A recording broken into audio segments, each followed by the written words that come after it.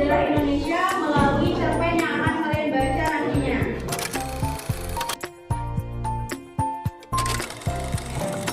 Langsung kita masuk ke materi, yaitu cerita pendek. Definisi cerpen. Di sini cerpen itu memuat kata sebanyak kurang lebih 10.000. Dia disebut sebagai bacaan yang bisa dibaca dalam waktu sekali duduk. Dari bahasa tersebut, apakah kalian sudah bisa memahami apa itu cerpen? Bisa? Keren. Enggak dong. Ya, jadi cerpen itu adalah sebuah teks yang mana cerita pendek yang ceritanya itu berpusat hanya pada satu peristiwa saja dan satu tokoh utama. Dia tokoh utamanya hanya satu, tapi biasanya disertai dengan tokoh tambahan. Dia menggunakan pandangan orang pertama atau orang ketiga. Sudut pandangnya. Oke, dari definisi cerpen apakah ada yang ditanyakan?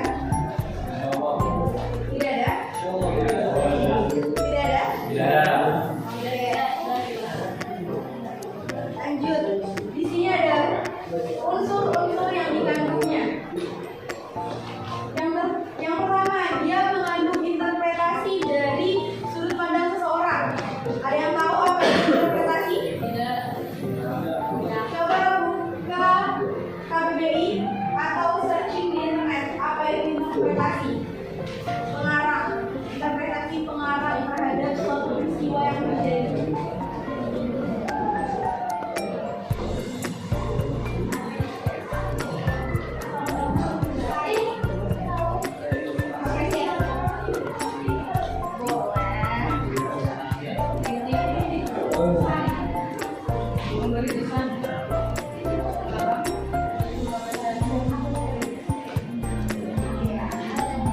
Sederhananya, interpretasi adalah sebuah penafsiran seseorang.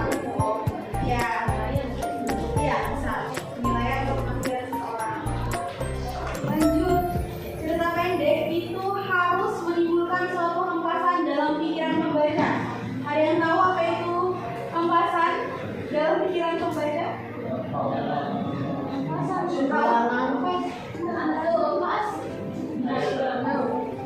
Ini bahasanya lebih ke apa ya? Bahasa ya. Jadi hempasan itu yang dimaksud di sini adalah ketika kalian membaca sebuah cerpen itu, kalian akan terbawa ke dalam situasi yang disampaikan. Ini sama halnya dengan unsur yang ketiga, menimbulkan perasaan pada pembaca. Jadi ketika kalian membaca cerpen yang ceritanya tentang sebuah kematian, kalian akan bersedih. Ketika cerpennya bahagia atau jatuh cinta, kalian merasakan hal tersebut juga. Ya. Lanjut, dia berisi perincian dan insiden-insiden yang dipilih dengan sengaja. Jadi dia berisi insiden-insiden yang kalian pilih secara sengaja. Mungkin kalian menceritakan tentang pertemuan kalian bersama orang.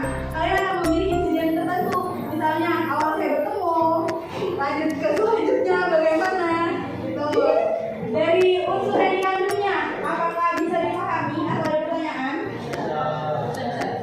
Tidak ada pertanyaan? Masya Allah. Sudut pandang itu masuk. Dia menggunakan langkah yang ketiga. Ini selanjutnya. Sebuah cerita pendek harus mengandung 4 hal berikut ini. Dia pertama, sebuah insiden utama yang menguasai jalan cerita. Secara singkatnya adalah dia harus merujuk pada suatu peristiwa yang peristiwa tersebut menjadi pokok utama yang dibahas. Kita boleh peristiwa lain.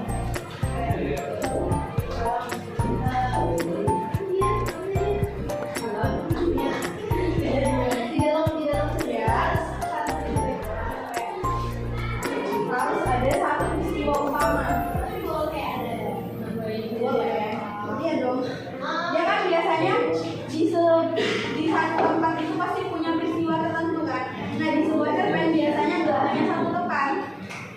cerpen gak hanya satu tempat, jadi pasti ada peristiwa-peristiwa lain. Tapi harus ada peristiwa utama. Selanjutnya, dia harus punya seorang pelaku utama. Seperti cerpen yang akan kalian baca, itu tentang mengapa harus berdoa kepada pohon kalau tidak salah judulnya. Ya, nanti ada pada halaman 56 kalau nggak salah yang akan kalian baca ini nanti.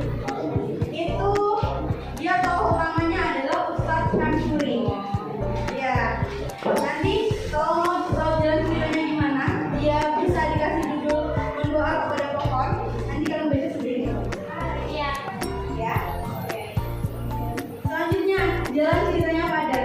Karena dia terbatas hanya pada sekali duduk atau 10.000 kata, makanya ceritanya tidak boleh bertele-tele. Harus kepada pokok inti cerita. Seperti itu. Selanjutnya, mencerminkan dari 3 aspek tersebut sehingga menimbulkan satu pesan atau impresi. Ya.